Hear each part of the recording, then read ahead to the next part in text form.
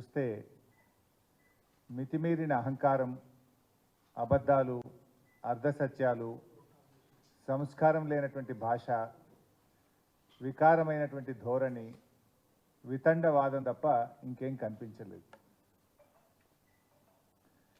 నిన్న టీవీల్లో చూసినటువంటి మేధావులు, విజ్ఞులు, తెలంగాణ ప్రజలు ఈయన మాట్లాడే భాష, ముఖ్యమంత్రి గారి యొక్క ధోరణి చూసి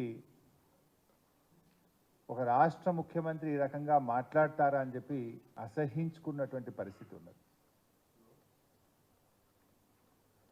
ఆయన నిన్న ఉదయమే పద్మ అవార్డు గ్రహీతల సన్మాన కార్యక్రమంలో నిన్న పాల్గొన్నారు. ఆ కార్యక్రమంలో మాజీ ఉపరాష్ట్రపతి వెంకయ్య నాయుడు గారు, చిరంజీవి గారు, పలువురు వక్తలు రాజకీయాల్లో వ్యక్తిగత దూషణలు ఉండొద్దని, విలువలు పెంచే విధంగా ఉండాలని చెప్పి అక్కడ సూచనలు చేశారు.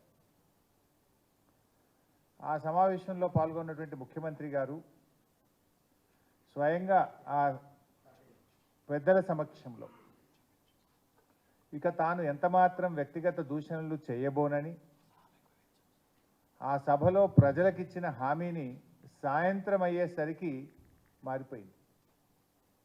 నీచమైనటువంటి పద్ధతుల్లో తెలంగాణ రాష్ట్రాన్ని సాధించినటువంటి తెలంగాణ తొలి ముఖ్యమంత్రి కేసీఆర్ గారి పైన ఆయన వ్యక్తిగత దూషణలకు దిగిన విషయం మనందరూ కూడా చూసాం. అంటే రేవంత్ రెడ్డి గారి మాట తీరు ఏంటిది, మాట ఇస్తే నిలుపుకునే తీరు ఏంటిది అనేది నిన్న రెండు కూడా తేలిపోయినాయి. ఉదయం మాట ఇచ్చిండు, సాయంత్రానికల్లా మాట ఎత్తేసిండు.